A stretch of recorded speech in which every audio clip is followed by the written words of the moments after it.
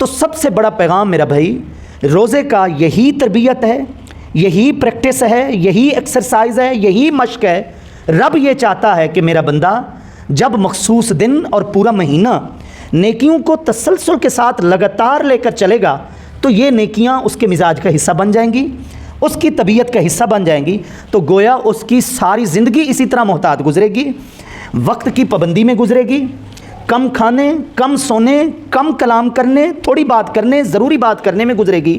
اور آپ یقین کر لیں اس کو فارسی کے اندر یوں تعبیر کیا جاتا ہے، کم خوردن تھوڑا کھانا، کم گفتن تھوڑا بولنا، کم خفتن تھوڑی نیند کرنا، تھوڑا سونا۔ یہ صوفیاء کرام کے اسباق میں سب سے پہلا اور بنیادی سبق ہے۔ جب عملی طور پر پہلے بزرگوں کے پاس کچھ لوگ تربیت کے لیے جایا کرتے تھے، روحانیت کو بیدار کرنے کے لیے، باطن کو صاف ستھرا رکھنے کے لیے، تو وہ سب سے پہلے اسی سبق سے گزارتے ہیں۔ نیند کم کرواتے ہیں، کم بلواتے ہیں، اور کھانے پینے کو بھی لمیٹڈ کر دیتے ہیں، انتہائی جو ضروری ہو اس تک محدود کر دیتے ہیں۔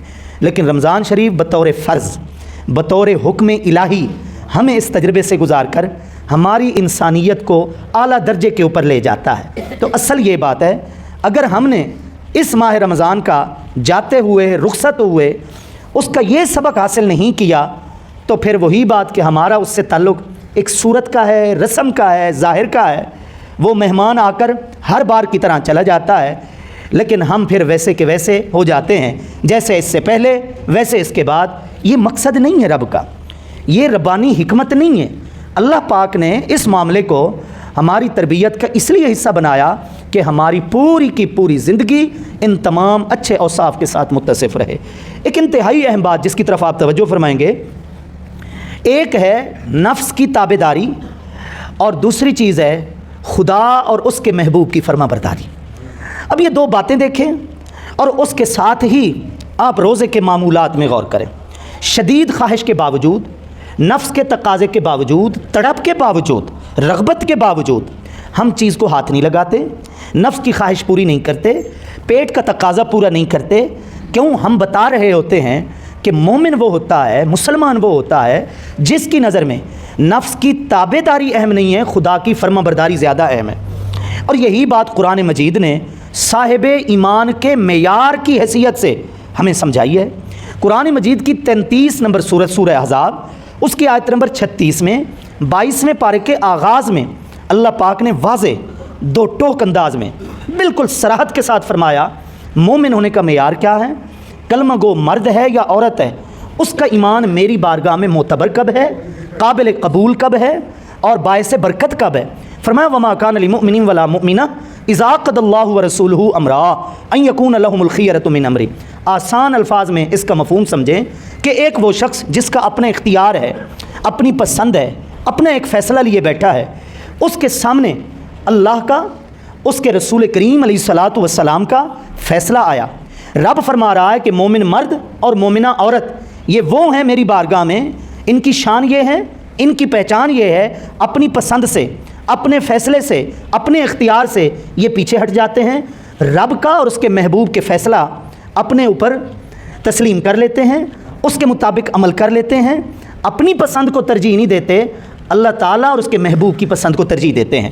اور یقین کریں ایمان کا یہ معیار روزہ ہمیں سکھا رہا ہے، اور پورے 30 دن ہمیں یہی سمجھایا گیا ہے کہ مومن کے نزدیک اس کی اپنی پسند کی اتنی اہمیت نہیں ہے جتنی اس کی نظر میں رب کی خوشنودی کی اہمیت ہے، رب کی رضا کی اہمیت ہے۔ اس لیے شدید ذاتی تقاضے کے باوجود نہ وہ کھاتا ہے، نہ وہ پیتا ہے، نہ کچھ اور فطری خواہش کی تسکین چاہتا ہے، بلکہ صرف اور صرف اس کی نظر میں رب کا حکم اہمیت رکھتا ہے، رب کی رضا اہمیت رکھتی ہے۔ اب آپ سوچیں کہ پوری زندگی میں صرف 12-14 گھنٹے کی بات نہ ہو، روز اگر ہم اس مرحلے سے گزریں اور پھر پوری زندگی اگر ہم اسی فیصلے کے اوپر، اسی دستور کے اوپر گزاریں تو بندے کو اس کے معبود کا کتنا قرب حاصل ہوگا، رب کتنا اپنے بندے پہ راضی ہو جائے گا کہ اس بندے نے ساری زندگی اپنی خواہش کو نہیں دیکھا، میری رضا کو دیکھا ہے، میرے حکم کو دیکھا ہے۔ تو روزے نے سب سے بڑا سبق یہ دیا کہ نفس کی تابع داری اتنی اہم نہیں جتنی خدا اور اس کے محبوب کی فرما برداری اہم ہے۔ ایک انتہائی اہم سبق روزے کا ماہ رمضان کا یہ ہے، یہ بات یاد رکھیں، رمضان شریف کا مہینہ، آخری عشرہ، پھر اس کے اندر लैलतुल क़द्र, फिर साहिबान एतकाफ़ का एहतिमाम करना उस लैलतुल क़द्र को पाने के लिए, ये सब कुरान मजीद से और कुरान मजीद इन सब से गहरा रिश्ता रखते हैं, गहरी वाबस्तगी है। कोई चीज़ जब किसी शख्स को दी जाती है तो चीज़ को भी देखा जाता है, देने के अंदाज़ को भी देखा जाता है, वक्त को भी देखा जाता है, जगह को भी देखा जाता है। इसको इल्मी ज़बान में कहते हैं कि ज़मान और मकान शय की अहमियत पे दलालत करते हैं, यानी चीज़ का वक्त और चीज़ की जगह। अब आप थोड़ा सा गौर करें, अल्लाह रब्बुल इज़्ज़त ने क्या दिया, किसको दिया, किस तरह दिया, किस वक्त दिया, किस जगह पे दिया, ये मोमिन के लिए सबसे बड़ी बात है कि उसके दिल में कुरान की अहमियत बैठ जाए। अल्लाह रब्बुल इज़्ज़त ने कुरान मजीद नाजिल फरमाया, शहरु रमज़ान अल्लज़ी उन्ज़िल फ़ीहिल कुरान, उसके लिए इंतखाब किस वक्त का किया, माह रमज़ान करीम का इंतखाब फरमाया। फिर पूरा माह रमज़ान नहीं बल्कि माह रमज़ान का आखिरी अशरा, और इन्ना अनज़लनाहु फ़ी लैलतिल क़द्र, उसमें भी लैलतुल क़द्र का एहतिमाम किया गया। कैसे? लौह महफूज से बैतुल मामूर, बैतुल मामूर से आसमान दुनिया, और जिब्रील अमीन के ज़रिए फिर लौह महफूज या बैतुल मामूर या आसमान दुनिया से किस जगह उतरा, अल्लाह के महबूब के सीने अक़दस पर उतरा, जिस सीने के लिए अल्लाह पाक ख़ुद फरमाता है अलम नशरह लक सदरक, ऐ मेरे हबीब इस सीने को जितनी वुसअत हमने बख्शी है, ऐसी वुसअत और ऐसा शरह सद्र किसी मखलूक के फ़र्द के हिस्से में नहीं आया। तो आप अंदाज़ देखें, अल्लाह पाक अपना कलाम अपने महबूब की उम्मत को दे रहा है, किस अंदाज़ में दे रहा है और किस वक्त दे रहा है, किस जगह से दे रहा है। मैं समझता हूँ ये ज़मान और मकान, जगह, वक्त और अंदाज़, ये ख़ुद बताते हैं कि ये कलाम कितना बड़ा कलाम है। हमें गौर करना है कि इसके साथ हमारा रिश्ता कैसा है, रस्मी है या रूहानी है, अमली है, हकीकी है। हकीकत ये है कि हम हामिल कुरान हैं। मेरे समेत कुरान मजीद ख़त्म करके 27वीं शब 29वीं शब को यूँ समझें मैं सिरे की चाखा कैसे छुटे ढुके थे बैठे हैं, हम फारिग हुए बैठे हैं। बज़ाहिर ऐसे लगता है कि हम अपना फ़रीज़ा अदा कर चुके हैं, लेकिन हकीकत क्या है, हम सब की हकीकत क्या है, एक मजमूई तबसरा क्या है, एक इज्तिमाई अलमिया क्या है, वो ये है कि हम हामिल कुरान हैं। हमला यहमिल कुरान, उठाना, हम कुरान तो उठाए हुए हैं, उठाते हैं, रख देते हैं, लेकिन हम आलिम कुरान नहीं हैं, कुरान का इल्म नहीं रखते, कुरान का इल्म नहीं सीखते, आमिल कुरान नहीं हैं, कुरान पर अमल नहीं करते, अपने किरदार को नहीं संवारते, मुबल्लिग़ कुरान नहीं हैं, इस कुरान की तालीमात को दूसरे लोगों तक पहुंचाने का एहतमाम नहीं करते। दूसरे लोग तो दूसरे लोग रहे, हम अपनी नस्ल तक भी पहुंचाने का कोई संजीदा एहतमाम नहीं करते। ये कुरान से वफ़ा नहीं है। कुरान मैयत के लिए नहीं है, ज़िंदा के लिए है। ये बड़ी अहम बात है। इकबाल ने कहा था कि तूने सूरह यासीन से इतना सबक लिया है कि इसको मुर्दे पे पढ़ा जाए।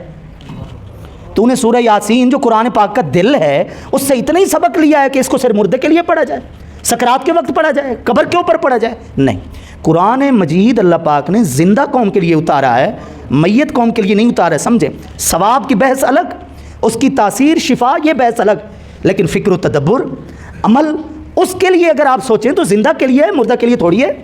इसलिए नाकामी के ऊपर बड़ी बातें होती हैं, टॉक शोज़ होते हैं हमारे यहाँ, बड़े बड़े जनाब तबसरे होते हैं और बड़े बड़े हमारे यहाँ तबसरा निगार होते हैं जो तबसरा करते हैं जी हम कैसे थे और कैसे हो गए।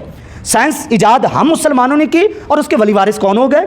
इकबाल ने कहा था वो इल्म के मोती किताबें अपने आबा की, जो देखी उनको यूरोप में तो दिल होता है सीपारा, दिल ज़ख्मी होता है कि किताबें हमारे आबा की थी और फ़ायदा वो लोग उठा रहे हैं। ये सारी बातें अलग। इकबाल ही की ज़बान में नाकामी की सबसे बड़ी वजह क्या है कि खार अज़ महजूरी कुरान शुदी, शिकवा संज बर गर्दिश दौरान शुदी। असबाब पर भी तो बात करता है, वसाइल पर भी तो बात करता है, मईशत पर भी तो बात करता है। इकबाल कह रहे हैं ये सारी बातें सानवी हैसियत में हैं। ज़िल्लत और रुसवाई, नाकामी की सबसे बड़ी वजह यह है तूने कुरान को छोड़ा है, कुरान ने तुझे छोड़ दिया है।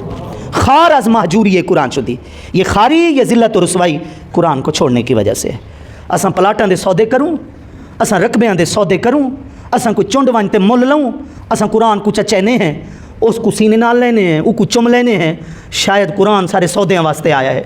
असां देरियां दे उत्ते वञूं, असां कचहरियां दे उत्ते वञूं, कसमां वास्ते कुरान गिलाफ समय सारे अगू हाजिर होंदा है, शायद कुरान कसमां वास्ते आया है, लेकिन नहीं, कुरान अल्लाह पाक ने अपने महबूब को दिया, महबूब के तवस्सुत से महबूब की उम्मत को बख्शा कामयाबी के लिए, दोनों जहां की सआदत के लिए। इसलिए माह रमज़ान और कुरान का जो एक बाहमी ताल्लुक़ है, अल्लाह पाक ने इस महीने में, इस महीने की वो रात जो 1000 महीनों की इबादतों का दर्जा रखती है और उससे भी ऊपर है, अल्लाह पाक ने अगर ये उतारा है तो हमारी कामयाबी के लिए है, हमारे अमल के लिए है। तो रमज़ान शरीफ जा रहा है, रुखसत हो रहा है, तरबियत मुजाहिदा एक नेकी की प्रैक्टिस के साथ साथ जो कुरान मजीद के साथ हमारा ताल्लुक़ होना चाहिए उस